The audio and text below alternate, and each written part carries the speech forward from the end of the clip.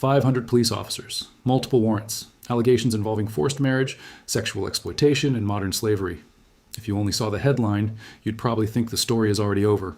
But this is exactly where serious conversations begin, not end.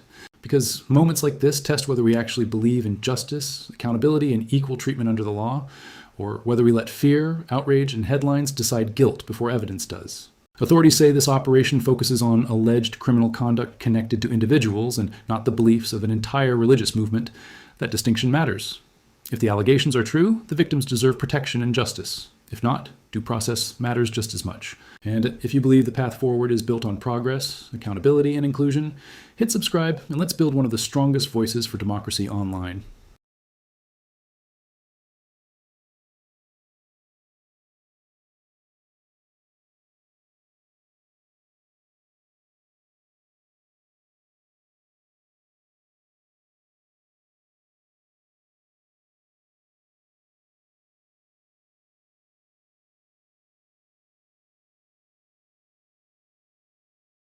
Earlier this morning at 8:50, 500 officers from Cheshire, supported by colleagues from the North West region, have conducted several warrants in the Crewe area.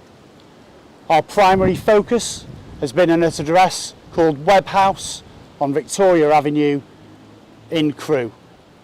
This address is the headquarters of a religious group known as the Ahmadi Religion of Peace and Light. Our policing activity and ongoing complex investigation relate to allegations of serious sexual offences, forced marriage and modern slavery. I must stress at this point, we are investigating those offences and we are not investigating the religious group. There will be a continued and significant policing presence in the area. That is primarily for searches of an evidential nature, but also to provide reassurance to the local community.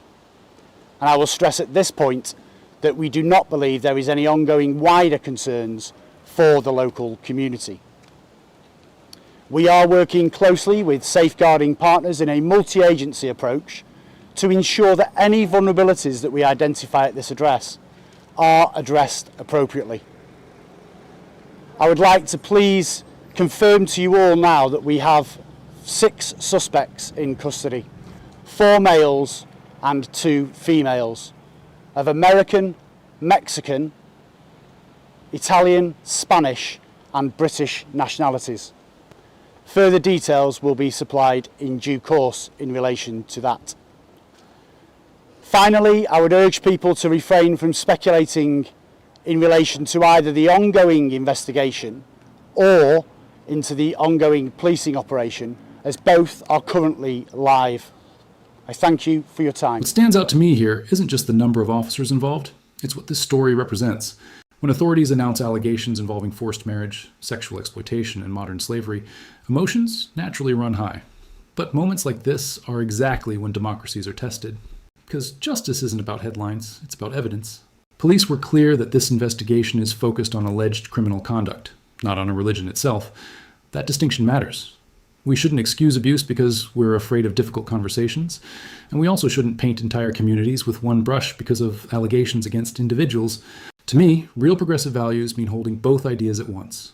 Protect people from exploitation and protect the principle of fairness. If victims exist here, they deserve support and accountability. If crimes happened, consequences should follow. If facts develop differently, that matters too. Because human rights don't become optional depending on who's involved. This isn't left versus right. This isn't belief versus disbelief. It's about whether we stay committed to truth and justice even when emotions are loud. That's what separates a democracy from a mob.